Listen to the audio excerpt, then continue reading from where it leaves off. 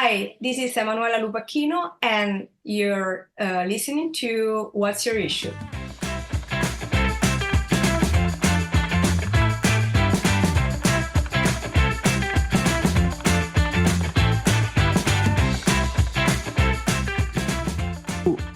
What was your like origin story with art and being creative? Like, were you always like an artistic kid, or No, did that like come absolutely later not. on? I I actually I'm a biotechnologist, and I worked as a researcher Wow. till the age of 26. Then I had a huge career, and I did research on viruses and DNA and bacteria. And then I Fun realized stuff. that, yeah, that wasn't really for me. I like to draw. I wanted to draw superheroes. But actually it was my husband. My husband gave me the perspective that it could happen, because for me it was just an utopia. Yeah. So uh, it told me, go to a class and take lessons and learn how to draw comic books and go do them because you can do it. So actually, everyone around me um, was so sure that that was my real job, that my Oh, that's career awesome. was that way instead of being a researcher, that I trusted them. I went to a class while I was working, and I was working for 9 years a day, and I studied by night, and then uh, Wow. I yeah, I did submissions, and I got the job for Marvel. So okay, so I only have like a dozen follow-up questions to that because there's so many like cool little like threads I'm curious about. What when you were younger, like you already have this love of comics from like specific creators or titles or characters that you gravitated to that like made you want to like do that? And then was there like an origin in that way? Well, no, Okay. because I come from an unfortunate story in my childhood. I Okay. were I was abandoned from my parents. Oh So God. I grew up with my grandmother. So I'm like Batman. I grew up with an old woman taking care of the house and everything. That's so good. and and we were, extremely poor. So reading books was something expensive for my grandmother because she took care of my instructions, and getting me to school and clothes and everything I need to. Yeah. So I at the time, everything I was reading was what my friends gave me from their lectures. So it was mainly manga. Uh, Okay. yeah, Ranma, um, Sailor Moon. They were just, very good. Classic. Yeah. Because at that time, my grandmother was so scared about having male friends that I Yeah. was just allowed to go to my girlfriend's houses. Okay. So all the book I was reading at the time were girly stuff like um, I don't know, candies, books, how to call them, I but will say very that pinkish and girlish, and you know that. And if you ask me, how did you end uh, drawing superheroes? yeah. Uh, I don't know. I really don't know. I think it's because it was something so forbidden for me Oh, that totally. I was so interested when I had the access to read superheroes that I started reading just superheroes books. Okay. But it happened at the age of 25th, more or less. So did you have like when you finally like did like dip your toe into the world of superhero comics, was there like a first, but was it Batman? Was it Spider-Man? Was there any character that Well, right away? X Factor from X X-Men. Factor. Yeah. Okay. And that like you eventually got to do a bunch of X Yeah, Factor. that's So the like point. Yes, that's destiny. so like what was that moment like for you? It was like, oh, I gravitated to X Factor and then I got to do X Factor. Like was that just like dream come true? I've peaked. I can't believe I'm doing this kind of thing. Yeah, yeah. It was, you know, I couldn't believe that because I did so many submissions for Marvel and DC, and they were mm, all about all the characters because I tried to get the job, so I couldn't I couldn't have just a character to show. I wanted to show them that I could do any of the characters in the universe. Yeah. I ended maybe because my style at the time was matching a lot Ryan Sook, that was the artist on the actual series. So I think they had the feeling I was good for the book, and I got to work on X Factor and was like it was a lot for me because it was exactly the book that I always dreamt to work on. And Awesome. with Peter David, Peter Well, was, he's a legend. a star, a huge star. It's Right. kind you get your license and Yeah. they give you a Ferrari. Same thing.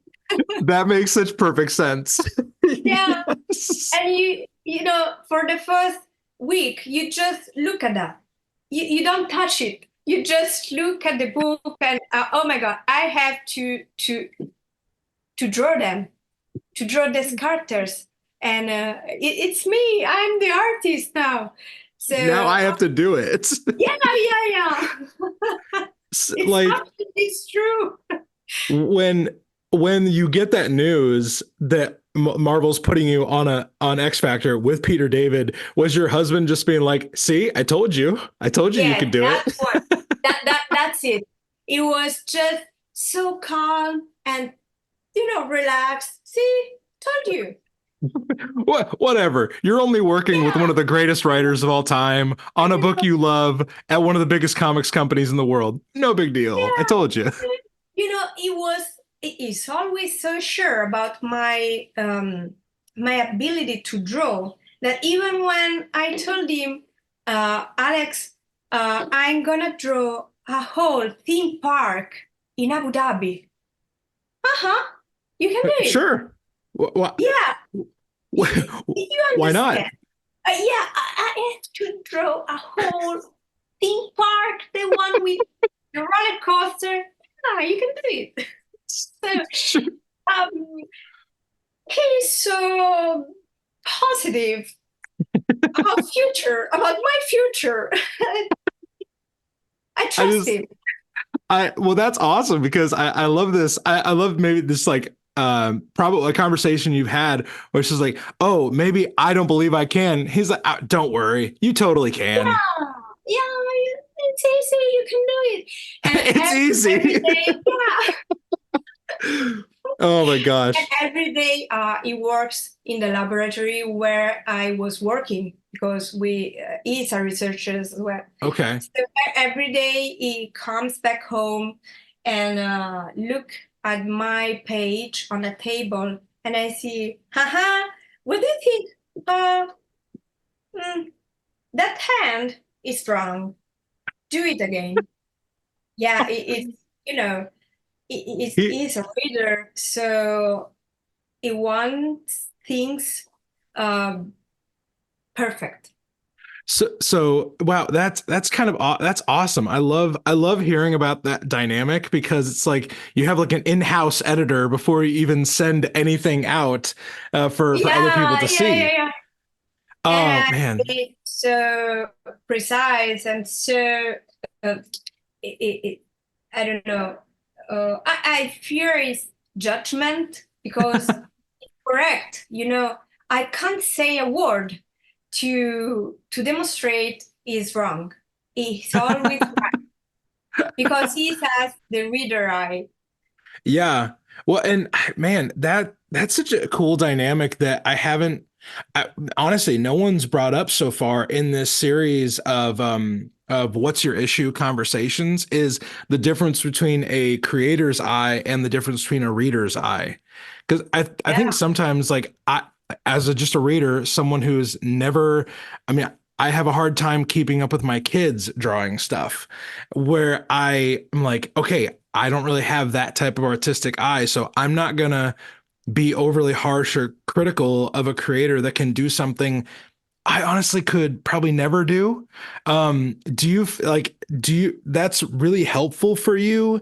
Does that ever like butt up against your creator eye where you're like, no, as a creator, like I actually know what's supposed to happen here?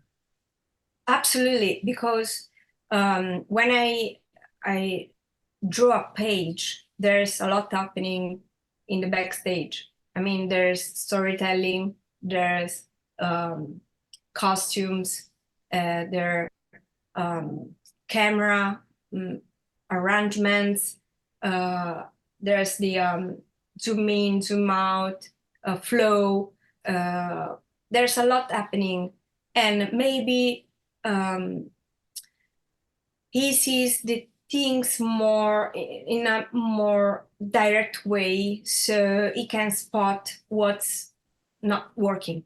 Maybe it's working because I stayed there and I planned in my head, but in a different on a different eye, it doesn't work at all. So sometimes it helps me flip that panel because flipping it's working better, it's Okay. faster. So I believe them. I believe it because uh, he's a reader and it's more intuitive, it's more personal. He has no professional attitude in what he is seeing. So it's a good mix. I have a direct feedback from a reader. Right away. Yeah. That's so cool. With you mentioned earlier that when you started on Marvel books, like first, your style was different. I'm just curious because I admitted this before we started kind of rocking and rolling with this chat that I am a new fan of yours. So I'm Mhm. most familiar with your work alongside Mark Waid, like doing World's Finest Teen Titans and Shazam, that kind of stuff, which where you actually your issue that you chose is an issue from World's Finest Teen Titans. But I'm just curious before we like jump into that issue and talk about kind of some of the fun things you got to draw and got to do in that book. How has in your opinion, how has your style changed from when you're on that X Factor book with Peter David to now? Because it's been 10 plus years. Yeah, it's a brain transplant, maybe. Yeah, because before I was an artist. I was a fan.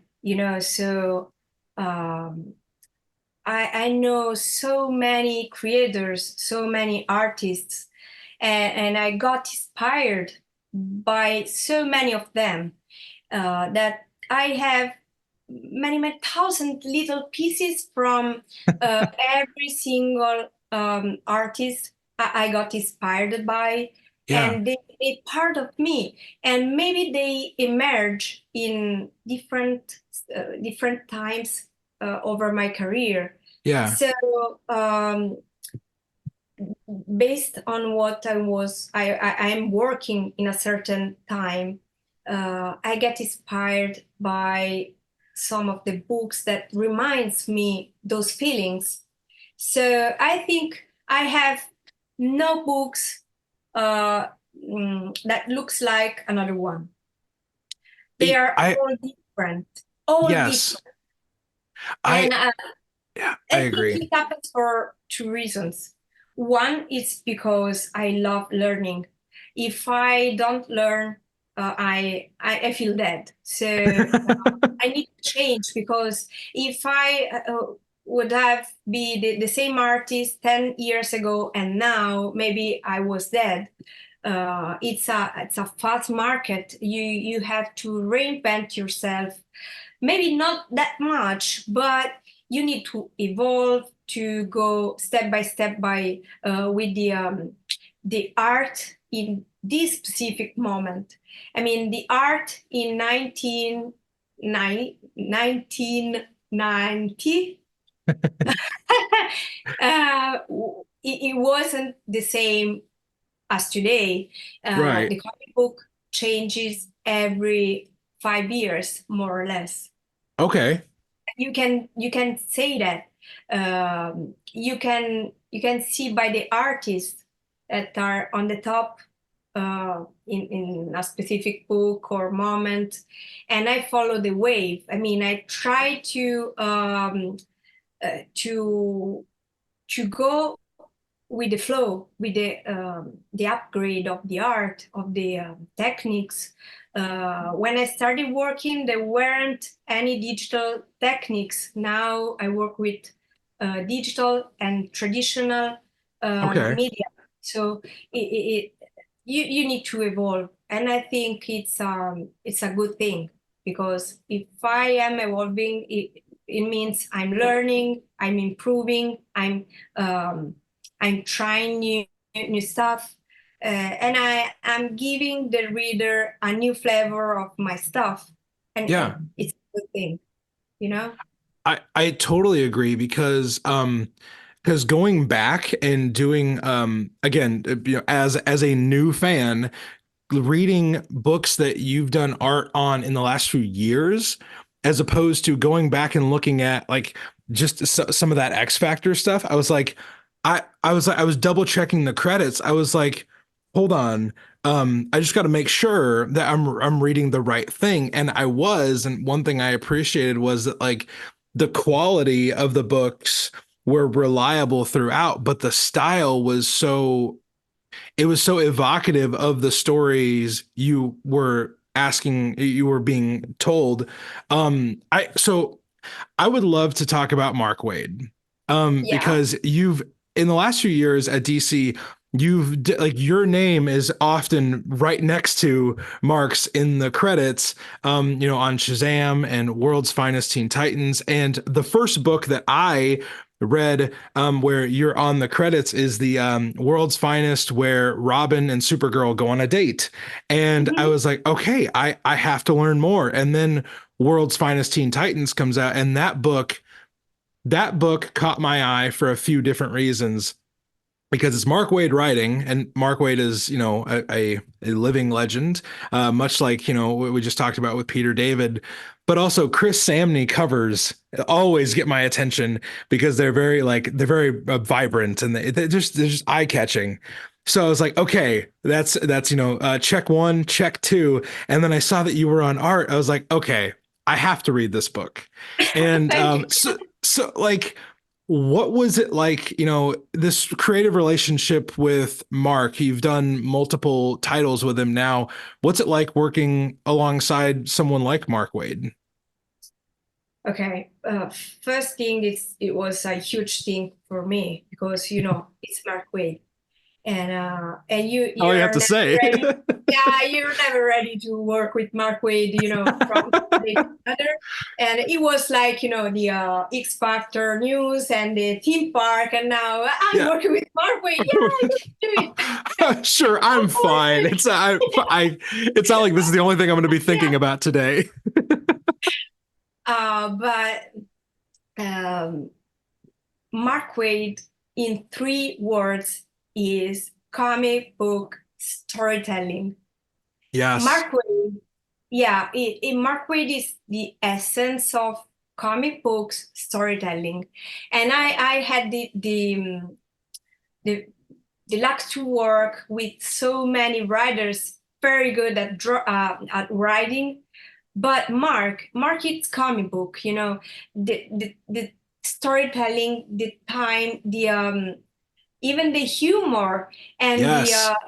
the deepness of his stories. Indeed, the issue I was so impressed by was the issue two, Yes. which is a mixture of action, feelings, and meanings.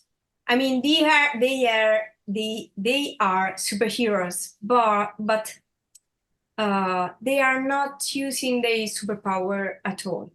They are Yeah. just human being getting connected by with another human being. So it's so smart, Yeah. I'm writing superheroes, but actually I'm talking about people, Yes. so every one of us can relate with those characters. And I think the most important thing that makes a good book working is the connection you get with the writer, with the reader.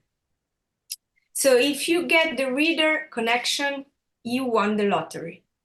And that is what Mark does, and he's super good at doing it. You read one panel, two panel, and you love them. You feel them, you are among them, you get curious about what's happening next, you want to take care about them, you get interested in them.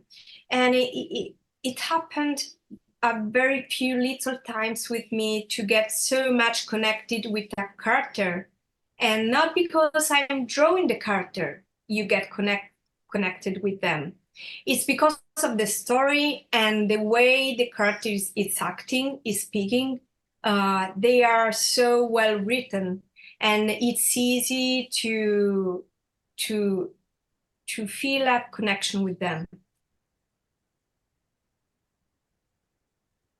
Could not agree with everything you said more, especially with this World's Finest Teen Titans. It's a spin out of the Dan Mora, Mark Waid World's Finest series, which is, I mean, it's up for an Eisner this year. It's great. Like, it's crazy how this perpetual team up book is being lauded as this award-winning book, and you and Mark do this little spin-off adventure with, like, okay, what if, Rob, we're retelling these fresh new takes on the classic Teen Titans. One, just real quick aside here, like, when it comes to DC books, I read a lot of Marvel books, but DC books I'm really selective. It's like, if it's written by Mark Waid or Tom Taylor, I will read it. And Okay. not that there aren't other great writers over at DC. It's just like, I love how Mark and Tom have this ability to make me care for these characters and make me really interested, not just in the action of their story, Yes, but that's the point. That's the human behind it. Like, example, in this issue too, that you chose, when I asked you, like, what's an issue you want to talk about, you chose number two. I got to that point in my reread and I was like, oh man, on this reread I'm really resonating with Garth's story, with that's how the point. Aqualad, like, I Yeah, I I yeah. love Garth in this book. What a character, oh, I've never ever read a story with Garth, but in that book, it was my favorite characters. So a character that maybe it has a secondary. It lives in the backstage. Right. Not in the iconic ones, not the famous guy, but in this book, Mark had the ability to transform him in a primary, so good character, and I loved it. And now maybe it's one of my favorite characters of the book. because he gave him humanity and a specific, um, you know, attitude of character, acting. And Yeah. it was so easy for me to make it great because it was so well written by Mark that it was human. It was like a friend, from ages, E- exactly. I do love there's so many one thing I love about a Mark Waid written book is that there's six members of this Teen Titans team at the beginning, and we know their attitude and their voice right away. Like we know how Donna Troy is different than Robin. We know how Roy is different than Garth. We know how Wally is different than Bumblebee. Like we know all the differences. It's not just one voice copy and pasted across six different characters. And one thing I love about this issue too is when they split the team up, and Robin says, "Okay, Roy, Donna, and Garth, you go into the house." And Roy's like, "There's not water in there, right? Like you better hope there's a pool in there," because Roy is talking down to Garth this entire series, and Garth Yeah, just keeps reminding us why his unique perspective is so valuable and why he can see things that other people can't see or don't choose to see. So when the girl that's the subject of the House of Horrors, kind yeah, of misadventure, he's able to cut past the he's able to cut past like kind of the spooky nature of this house and see like, oh, she's afraid, like she's scared, and he's able to speak to her as a human to human interaction. I absolutely loved that part of this book. yeah. And That yeah. it has nothing to do with their superpowers. It has Oh, nothing to do. Uh, Roy can save the mission with his arrows. Donna can use her strength, and no one of them can use his superpower. But Garth has got the exit point of the problem. So I think that was so perfect. It was a perfect story. And plus, when I got the script from Mark, um, one of the things it comes easy to me is the acting. yeah. So there was so much acting in the script, so I was like, I'm having fun. Let's I'm go. having fun. Yeah, I'm good. I'm super good at it, and so I had a lot of fun. And I mean, it was so easy to catch the perfect expression, the perfect movement, because Mark is so specific in that. That this issue also just for my taste, I love how this story feels like equal parts quintessentially comic booky. Like it's not overwrought with a lot of complexity in terms of like narrative and exposition.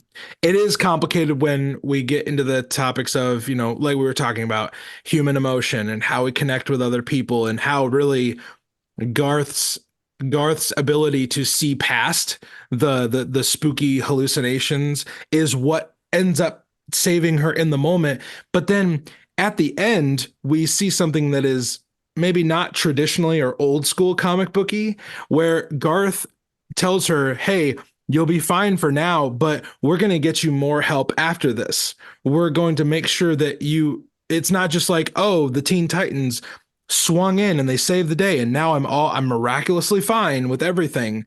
They actually Mhm. equip this young girl to exist beyond this issue. And I loved that little touch at the end.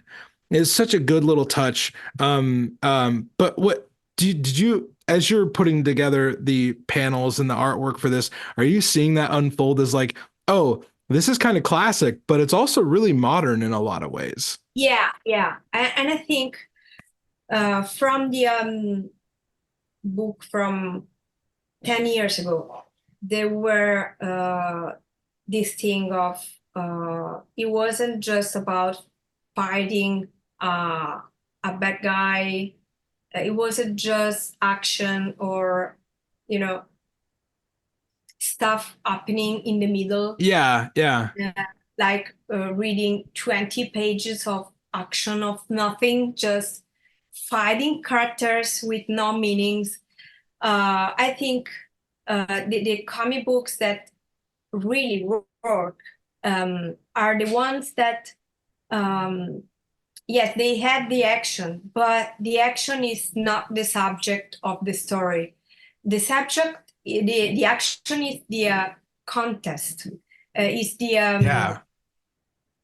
the I love outline. that. You know Yeah, what yeah, in the middle is the characters' interactions. Uh, each other, you know, how they interact each other. um for example, the TV series The Walking Dead. yes, yes. Yeah. The zombies are just, you know, the zombies are just there to make their stuff happening. So you A- don't even care about the zombies. You are interested because what's happening between the characters, among the characters. Absolutely. So Yep. that is what Mark does. Uh, there's a story, yes, there's a bad guy, and the team is facing some situations, but what you care about is the relationships. It's Yeah. what it's happening to them and inside them. And this is a next step. I care about what is happening on a specific characters, in their mind, in their soul, in their heart. So Yeah. it's a huge book. I mean, I know it's just a comic books for many people, but I've been working on comic books for 15 years now, and I just count on my hands the comic books written this way. Mm. Well, I love that perspective because yeah, at this point you have drawn and worked on hundreds of comics. Like, and Yeah, for this to be one of the books where you're like, no, this one is significant and it's significant for all these reasons. I love that, you know, being able to cut through like there's a lot of comics, but this one is significant for this reason. I just wanted to say in this book my favorite piece of artwork. I know we've inflated Mark Waid's ego, because of just praising him over and over. But I love how you drew Garth in the reflections of the mirror and how like the mirror reflections were saying like you're ugly, you're a freak, you're a monster, and Garth's able to fight through that. But then he has a line where I think it's Lilith or someone on the outside is like they what does she say? Her innermost fears are manifesting around her. Ignore them because they're not real. And Garth is fighting these three like yes. misshapen versions of himself, It's and he says, paradox, you know, it's paradox because it's yeah, not real, but it, he's fighting it's them. Yeah, very because real. they Yeah. real for him. It's his Oh, fear, so it's real for him. And all the other fear weren't real for him. So I yeah, love it's that. so perfect. Thank you, Um, Mark. and throughout the rest of these issues, I believe World's Finest Teen Titans goes for 6 issues in this story. Of there's a behind the scenes villain. Haywire is putting together this group called the Terror Titans, and that's kind of like you said, that's the action of our story. But there's also these underlying stories of Robin trying to lead the team, trying to be both the leader that Batman says he should be, but also to try and like be a Teen Titan. There's also Donna's story of trying to assimilate to the world, but like accepting everything at all at the same time. Like she goes to a demolition derby, she does bull riding, like she does all this crazy stuff. There's so many different stories. Wally West is trying to like play the peacemaker between everybody. And Yeah, Roy is just kind of a jerk this entire time because Garth, he says, he's like, oh, don't worry about Roy. He's just lonely. And it's like, yeah. Okay, nail hit on the head. Were there other characters? I know we've talked a lot about Garth, but in the rest of this run with you and Mark doing Teen Titans, was there another character that you were like, "Oh my gosh, I totally resonate with them," even as a creator putting this together? Roy, definitely. Right. Roy. Why I don't know, Roy? but I had a friend specific that was Roy. So it came so easy for me to draw Roy because I know him. I knew him for years, and we so that was I was talking about previously. Uh, you know each of them because for some reason. You had some similar friends in your life. Every one of us had a similar friend of them in our lives. So it came so easy for me to draw Roy. And I like this character because he's so unpleasant sometimes, but Couldn't agree it's more. because he has trauma itself. Yeah. And Mark makes you see this beyond uh, his, his armor. Yeah. It's um, he's confident, he's super confident, but inside he is totally the opposite.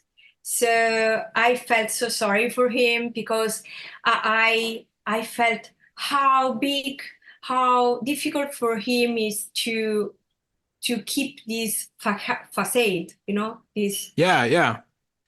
looking To looking confident on the outside and demonstrate everyone around him that he's the best and uh, he's capable of facing situations. But maybe he's insecure inside. Yeah, and I love that. I love that that moment when Garth is talking to Wally's parents, and he says he doesn't do it to be mean. He's trying to be honest. But he's like, oh yeah, the parents are like, yeah, Roy is kind of a bully and he's super materialistic. And Garth is just like, oh, it's like here's the really the simple reason of why Roy is such a jerk. And Roy is listening and you see the frustration on his face, but like he already knows. He knows. Yeah, It's yeah, I not know. it's not that hard to And see. I think he knows that he's not the favorite kind of guy for people. So I think he tries to impress the ones around him, buying stuff Like the and big TV that he buys for yeah, he Wally. wants to make people think that he's rich, he's famous, he's on the top, and it's difficult. I think Roy, it's not easy for Roy to keep this world, this bubble around him all together. Yeah, And I plus, agree. he's alone. He's the lonely characters of the team Mm, because he never gets connected with anyone in the team but Robin. yeah. And He's his alter ego. yeah. So this is the smartest thing of the book because you I know love that. you hate him but you love it, and at the same time you know that maybe he's the most important part of the team because he gets connected with Robin. Yeah. And I think Robin that's Robin comes out with his identity because of Roy, because yeah. Roy for the whole book uh, poke him. Yeah.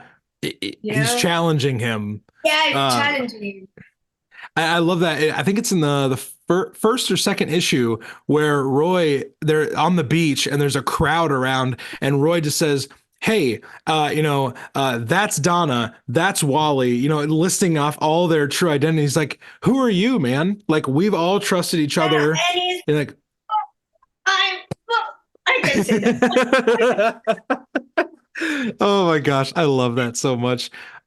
So I just like in terms of wrapping up here, were there any other like final thoughts you had on working on this Teen Titans book, maybe working with Mark Waid, and then I would love to point listeners in a direction of like, hey, here's where you can find more of my stuff coming up soon. Okay, one of the biggest things I can say about this book, and then we summarize, is that this is the first book, the first complete series I work as a whole artist. So the inks are by me. So Oh, awesome. maybe this is one of the difference you see between my work now and my work 15 years ago, because just recently I started working as a whole artist, and I pencil and inks my work. So I think you see everything in my work. The day I'm good, the day I'm bad, the day I'm tired, what I like to draw the most, what I don't like to draw. So I think it has a different feeling, but I love it because it's complete. I feel Yeah. like I'm an artist here. I don't share the art with other artists because it can change a lot working Yeah, with. yeah. Yeah. So maybe this is the first important book of my life in which I can say I did it by myself, and it's a work with Mark Waid. Uh, I mean, it's a milestone for me. I I love that because throughout the context of our conversation, you've said like, "Hey, I've been at this for 15 years," and you got into it a little later after a career change. So like, there's been multiple years where like you're just like grinding away at this, and then you say like, and this was the first time I got to do this. I was like, wow, I should never give up on anything I want to do then, because it can still happen. And as long as we have people like your husband Of course, in our lives, if you need that, I will let you talk with my husband if you have some crazy dreams he to sounds like a great cheerleader. relax. Yeah, he's very relaxed about leaving your job and sell your house and Whatever, come and do whatever. it. Yeah, Just go for it. Um, yeah, yeah, yeah. what books do you have coming up like that people can be reading? I know you're still doing Shazam. Yeah, Um, actually, I'm working on Shazam right now. With fantastic. with a different writer. Okay. Yeah. So I think the story is great. The storytelling might be different because the writing is different. Oh yeah, yeah, It yeah. Yeah, it's more for me. The feeling it's more screenwriter is Oh, okay. screenwriting, you know, rather than comic book writing like Mark. Mark, it's pure comic book writing. This one is more fiction, you Okay. know. So, but it's as good as the previous, flow,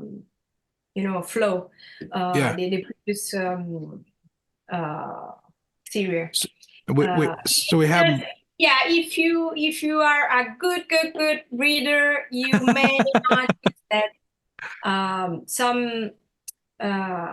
some approach are different, but yeah, it's a very very good story. that variety is the spice of life. Yeah, yeah, yeah. I love that. And so we have more Shazam to come. I know there's a few I just saw on my previews like you've got a few covers coming up. I know there's covers for Marvel, covers for DC. Any other projects that maybe you can talk about that we can plug for you and maybe point Yeah, people in the direction right of? now I'm working on the Blue Danter's covers for Okay. Marvel. Yeah, and I have an incoming She-Hulk, and Oh, yes. yeah, and huge reveal. And here we go again. I'm working on. Oh, I cannot say that. Oh my God, No, it's please don't say oh my anything God. you can't. No, I can't. No, I can. But you will see. There.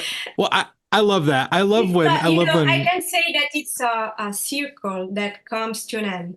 Yes, I love when artists are like come on here and I'm like, hey, what do you got coming up? And they're like, oh, I can't talk about that. Yeah, Oh, yeah, that's exciting, yeah. but I I can't. have a It non-disclosure it agreement. Oh yeah, Yeah, totally. It for me, like as a reader, it gets me excited because I'm like, oh, there's more yeah. coming There's from. more, much more, and I love it so much, so I much. love Maybe that. this one will be my favorite cover this year.